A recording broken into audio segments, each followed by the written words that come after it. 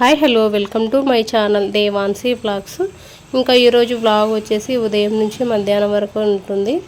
ఇంకా ఉదయాన్నే ఈరోజు 2 రకాల బ్రేక్ఫాస్ట్లు పిల్లల కోసం నా కోసం ఉగ్గాని చేసుకున్నాము. మా ఆయన ఉగ్గాని తినాను నాకు వద్దు అన్నాడు. తన కోసం ఇక్కడ ఉప్మా చేస్తున్నాను. ఇంకా పిల్లలు అయితే తినేసారనమాట. చూడండి వీళ్ళకి ఏ వంట చేసినా ఇలా తొక్కలు ఏవి ఉండకూడదు, అన్నీ తీసి ప్లేట్లో పక్కకు పెట్టేస్తారు. వేయకపోతేనా టేస్ట్ ఉండదు, కలర్ఫుల్గా ఉండదు. చేస్తేనే ఇలా అన్నీ తీసి పక్కకు పెట్టేస్తారు. ఇలా ఉంటుంది. ఇంకా పిల్లలు అయితే తిన్నారు. ఇంకా నేను ఒక్కదాన్ని ఉన్నాను అనమాట. ఇంకా ఆకలి కాలేదనేసి నిదానంగా ఉన్నాను. ఈ బాండీలోనే చేస్తున్నాను. కొంచెం పెద్ద ఐటమ్స్ ఏమైనా ఎక్కువ ఉన్నాయంటే అన్నీ ఇలా బాండీలోనే చేసేస్తున్నాను. తెచ్చుకున్నప్పటి నుంచి 2సారి వాడడము. ఫస్ట్ సారి చేపల పులుసు అయితే చేశాను. తర్వాత ఇప్పుడు ఉగ్గాని చేశాను దీంట్లో. ఇంక ఇదిగోండి మా ఆయన కోసం అయితే ఉప్మా చేస్తున్నాను. అలాగే కొంచెం సామాన్లు ఉన్నాయి, అవి ఇప్పటివే ఇంకా పిల్లలు తిన్నవి అవన్నీ. తర్వాత పిల్లలు తిని ఇంకా స్కూల్కి వెళ్ళిన తర్వాత నేను కూడా ఇంట్లో బండలు తుడిచి స్నానం చేసి తినేసరికి 9 అయింది. తొందరగానే అయిపోయిందిలేండి. మళ్ళీ త్వరగా తినడం స్టార్ట్ చేశాను లేట్ అవుతుంది అనేసి. ఇంకొక సైడు స్టవ్ పైన అన్నం పెట్టేశాను. అన్నం అయ్యింది. ఇక్కడ వచ్చేసి చికెన్ అయితే చేస్తున్నాను. సండే రోజు చికెన్ తెచ్చుకోలేదు, చేపలు చేసాం కాబట్టి ఇంకా చికెన్ తినాలనిపించింది అని చికెన్ తెప్పించుకున్నాను. ఇక్కడ చికెన్ అయితే చేస్తున్నాను అదే బాండీలో. కడిగి ఉగ్గాని చేశాను కదా, ఇంకా బాండీ కడిగేసి చికెన్ అయితే పెట్టేశాను. వైట్ రైస్ చికెన్ పరోటా లాగా చేస్తున్నాను అనమాట.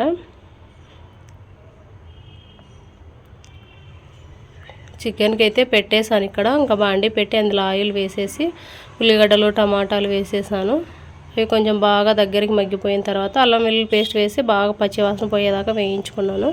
తర్వాత మనం చికెన్ తెచ్చుకున్నాక కడిగి పెట్టేసుకొని అందులో ఉప్పు, కారం, పసుపు, ధనియా పౌడరు, కొబ్బరి పౌడర్ ఇవన్నీ వేసి కలిపి కొంచెం పెరుగు కూడా వేస్తాను. అవన్నీ వేసి చికెన్లో కలిపి పెట్టుకుంటాను. ఎప్పుడైనా సరే ముక్కలకు బాగా ఉప్పు కారం పడుతుంది అనేసి కలిపి పెట్టుకున్న చికెన్ అంతా ఇందులో వేసేసి ఇంకా లో ఫ్లేమ్లోనే చేస్తాను అనమాట. బాగా దగ్గరికి మగ్గించుకోవాలి, అంతే ఈజీగా రెడీ అయిపోతుంది. ఇంకా చికెన్ అయ్యేలోపు అన్నం అయిపోయింది. అన్నం చేసేసాను. తర్వాత ఇంకా పరోటా ఒక్కటి చేయాలి. ఇంకా సామాన్లు ఉన్నాయి. ఇంకా వంట చేసేసుకుంటే ఎప్పటిలాగానే వంటలు మాత్రమే వండుకుంటే తేడా ఉంటాయి, కానీ రోజు టైం టు టైం సేమ్ పనులు వండడం, తినడం, కడగడం, ఊడ్చడం, తూడ్చడం అన్నట్లుంటుంది. ఉదయం టిఫిన్ తేడా, మధ్యాహ్నం రాత్రికి తేడా, వంటలు అదొక్కటే.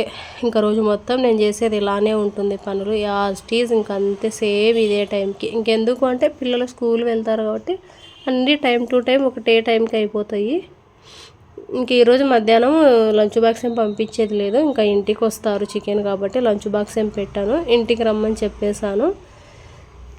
ఇంకొకవేళ లంచ్ బాక్స్ ఏమైనా ఉంటే ఇంకా చికెన్ ఇలాంటివి పెట్టాను అనమాట. ఇంటికే రమ్మని చెప్తాను. ఒకవేళ లంచ్ బాక్స్ ఉందంటే స్కూల్ దగ్గరికి వెళ్ళి లంచ్ బాక్స్ ఇచ్చి రావాలి. నా రొటీన్ ఇలా ఉంటుంది రోజు. ఇంక ఇక్కడ పరోటా లాగా చేస్తున్నాను. మామూలుగా పిండి ఉంటుంది కదా, చపాతీ పిండితోనే, మైదా పిండి కాదు, వైట్ గోధుమ పిండి కాదు, మామూలుగా మనం ఆశీర్వాద్ పిండి తెచ్చుకుంటాం కదా, దాంతోనే చేస్తున్నాను. ఆల్రెడీ సగం చేసి కాల్చి పెట్టేశాను. ఇంకా మిగతావి రుద్దుకుంటున్నాను అనమాట చపాతీలాగా. తినేది ఇంకా సేమ్ అదే ప్రాసెస్లో చేసుకున్న కొంచెం హెల్తీగా ఉంటుంది కదా. మైదా అయితే అరగదు, కొంచెం టైం పడుతుంది. దానికోసం ఇంక ఇదే పిండితోనే పరోటా లాగా చేస్తున్నాను. చాలా బాగా వచ్చాయి అన్నమాట. మనం ఎప్పుడైనా సరే చపాతీ చేసుకునేటప్పుడు చపాతీ కర్రతో గట్టిగా ప్రెస్ చేసి చేయకూడదు. చపాతీలైనా పూరీలైనా ఏవైనా సరే మనకు పొంగవన్నమాట. మామూలుగా రుద్దినా కూడా స్మూత్గా రుద్దామనుకోండి ఈజీగా పొంగుతాయి, ఫోల్డింగ్ లేకున్నా సరే చపాతీలు. ఎప్పుడు చేసినా చపాతీ గట్టిగా ప్రెస్ చేయకుండా మెల్లిగా నిదానంగా రుద్దుకోవాలి. ఇదిగోండి ఇంకో కొన్ని కాల్చి ఇక్కడ పెట్టేశాను. బాగా లేయర్స్ కనిపిస్తున్నాయి కదా మీకు, ఇదిగోండి చూపిస్తున్నాను.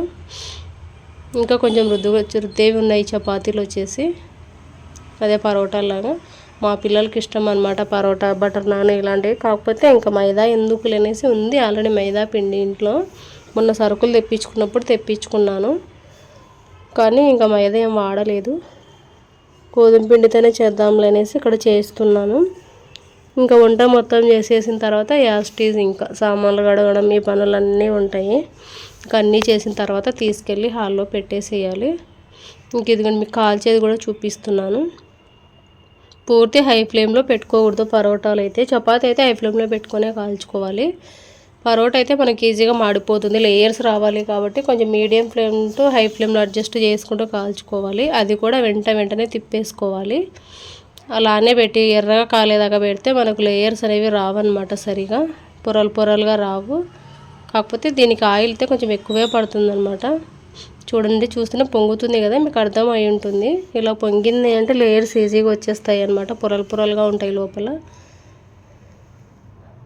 చపాతీ అయినా ఏదైనా సరే ఎక్కువసేపు కాల్చకూడదు, తిప్పుకుంటూనే కాల్చుకోవాలన్నమాట. అప్పుడు చపాతీలు ఎంతసేపు ఉన్నా సరే ఒట్టి కాకుండా అలానే మెత్తగా సాఫ్ట్గా ఉంటాయి అన్నమాట. కనిపిస్తుందా? ఇలా పొంగినట్టు వచ్చింది అంటే పర్ఫెక్ట్గా మనకి లేయర్స్ అనేవి వస్తాయని అర్థము. చేయడం తక్కువలేండి నేను పరోటా ఇలాంటివి, ఎక్కువ చపాతీ కూడా ఈ మధ్య చాలా తక్కువ అయింది చేయడము. ఎక్కువ రొట్టెనే చేస్తున్నాను. అది కూడా ఎప్పుడో ఇంక రొట్టె కూడా మ్యాక్సిమం ఈ మధ్య రాత్రి అన్నమే పెడుతున్నాను పిల్లలు కూడా. ఇంకా రొట్టెలు చేయాలంటే ఎక్కువ రొట్టెలు చేయాల్సి వస్తుంది అనేసి ఓపిక ఉన్నప్పుడు మాత్రమే చేస్తున్నాను. ఇంక ఇలా అన్నీ ఒకదాని తర్వాత ఒకటి రుద్ది పెట్టేసుకొని అయినట్టు కాలుస్తున్నాను. నాకు తెలిసి చపాతీలు వీటి కంటే రొట్టెనే ఈజీ అవుతుంది నాకు పని వచ్చేసి. ఇదనేది పెద్ద పని. చపాతీ పిండి కలిపెట్టాలి, కొద్దిసేపు నానాలి, రుద్దాలి, కాల్చుకోవాలి. కొంచెం లేట్ అయిందంటే ఈజీగా మాడిపోతుంది. రొట్టె అలా లేదు, కలిపి పెట్టుకొని ఒక పక్క కొట్టేస్తూ రొట్టె ఒక పక్క కాల్చుకోవడమే ఈజీ అనిపిస్తుంది నాకైతే. ఇంక ఇలా అన్నీ కాల్చి చేసి పెట్టేసి హాల్లో పెట్టేశాను. ఇంకెప్పటిలాగానే ఇంకా సామాన్లు అన్నీ కడిగి కిచెన్ అంతా నీట్గా తుడిచిపెట్టాను. కౌంటర్ టాప్ అంతా తుడిచేసాను, మెస్సీగా లేకుండా నీట్గా ఉంటుంది అనేసి. లేదంటే చపాతీ కాల్చాను కాబట్టి చీమలు వచ్చేస్తాయి ఆ పిండికి. ఎప్పుడైనా సరే ఇంకా వెంటనే చేసేసుకోవాలి, ఆ పని అయిపోవాలి నాకు అంతే. ఇదిగోండి, ఇంకా చేసినవన్నీ ఇక్కడ హాల్లో పెట్టేశాను.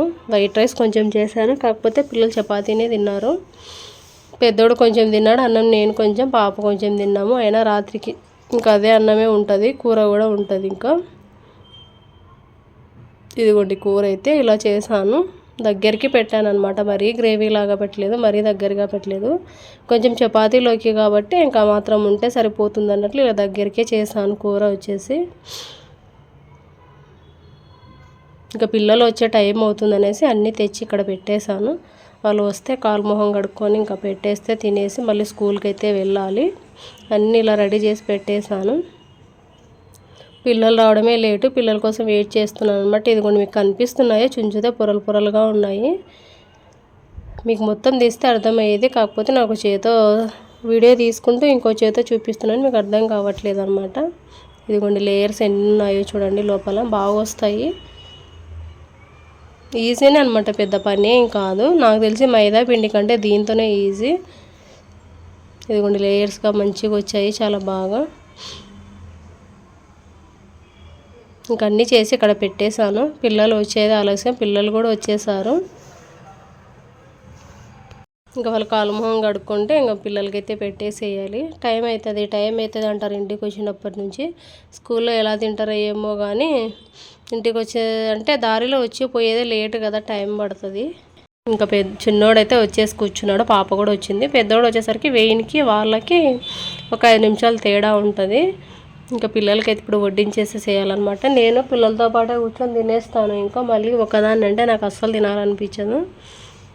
ఇంకా ఇవన్నీ వీళ్ళు తిన్న తర్వాత మళ్ళీ అన్నీ తీసి పెట్టాలి, కడగాలి, ఇలా ఏదో ఒక పని ఉంటూనే ఉంటుంది చేస్తుంటే.